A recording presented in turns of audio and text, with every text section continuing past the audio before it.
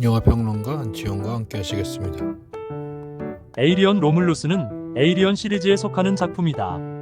1979년 리들리 스콧의 연출로 첫 선을 보인 에이리언은 1986년의 에이리언2, 1992년의 에이리언3, 1997년의 에이리언4로 이어지며 SF 생존 스릴러로 자리를 잡았고 독자적인 작품 세계를 구현했다는 평가를 받고 있다.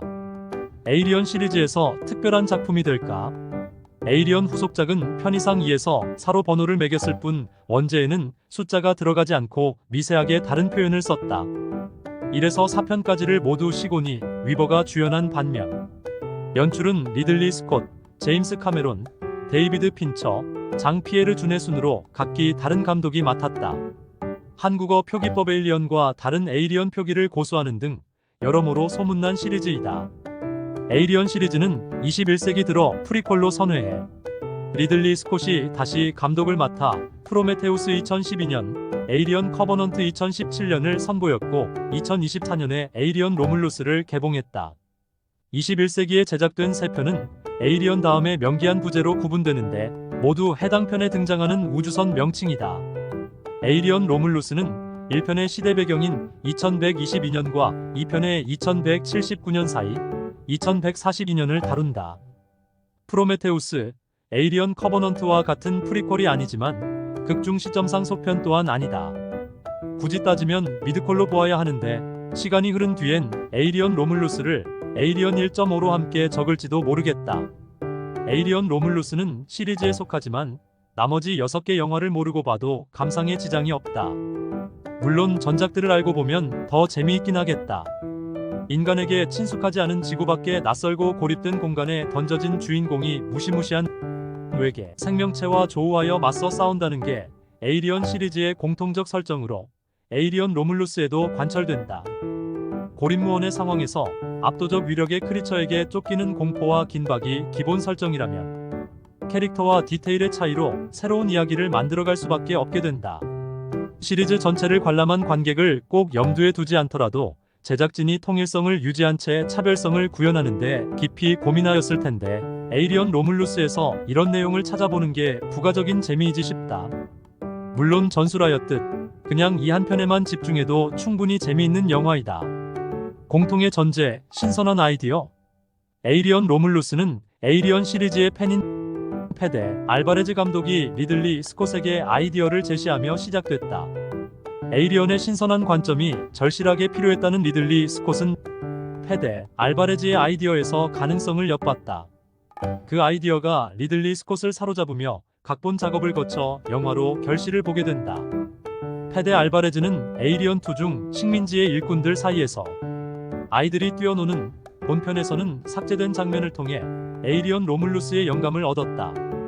그렇게 작은 식민지에서 자란다는 것이 과연 10대 아이들에게 어떤 경험일까? 그 아이들이 20대 초반이 되면 어떻게 되어 있을까?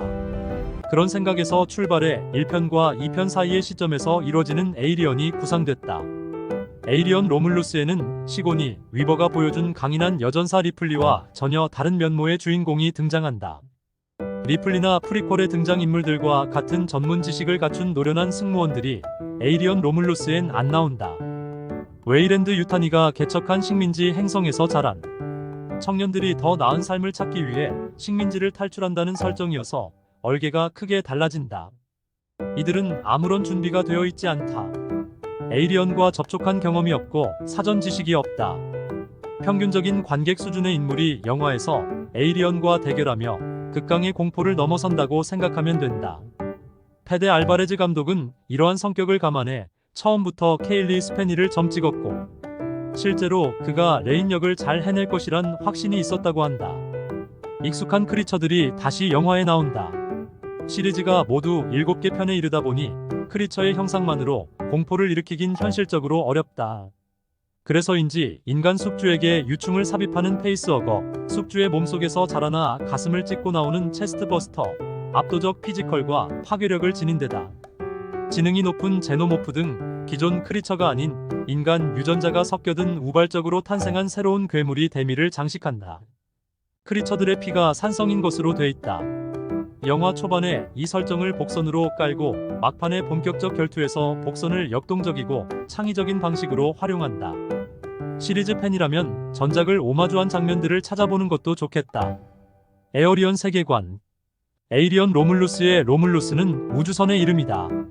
로마의 건국 신화에 늑대 젖을 먹고 자란 로물루스와 레무스 형제가 나오듯 극중 우주선 또한 로물루스와 레무스가 결합한 모양이다. 신화에서는 로물루스가 레무스를 죽인다. 형제 살해라는 신화소는 이 영화의 배면에 깔린다. 영화에서 형제는 남매로 변경된다. 레인과 앤디 데이비드 존슨 남매는 형제를 남매로 바꾸는 데 그치지 않고 살해를 구원으로 변용한다. 게다가 앤디는 붉은 피를 흘리는 인간이 아니라 안드로이드이다. 레인을 그런 앤디를 친동생과 다름없이 대한다. 애초에 앤디에게 입력된 궁극의 명령은 레인에게 최선인 행동을 하라였지만 중간에 우여곡절을 거쳐 우리 앤디와 레인에게 최선인 행동을 하라로 바뀐다. 남매 사이에 기존에 존재한 희생제의적 성격이 사라지고 공존의 관계를 새로 맺는다. 로물루스와 레무스 신화의 뒤집기이다. 피의 색깔이 다른 인간과 안드로이드 사이에 혈연이 맺어지는 게 가능할까? 안드로이드의 합리적 판단과 인간의 비합리적 판단을 대비하는 장면이 여러 차례 나온다.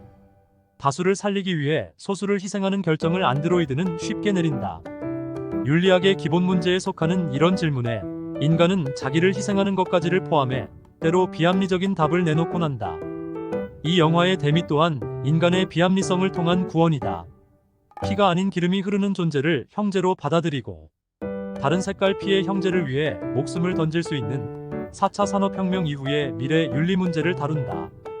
정색하지 않고 극화의 형식으로 소화하기에 부담스럽지 않다.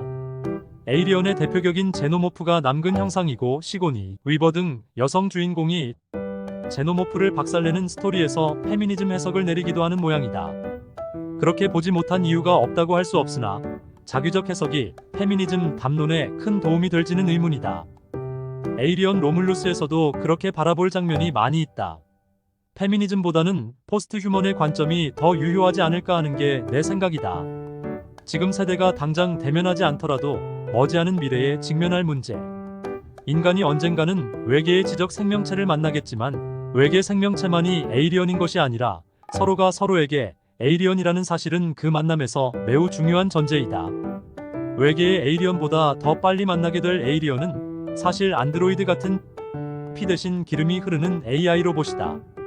전면에 내세우지 않았지만 에이리언 로물루스가 제기하는 우리 시대의 화두이다. 시고니 위버로 상징되는 아와 제노모프 같은 비아 사이의 투쟁 외에 레인과 앤디 사이 같은 나와 유사한 아 사이의 관계 설정까지 포함했다는 측면에서 에이리언 로물루스는 에이리언 시리즈에서 조금 달라진 작품이다.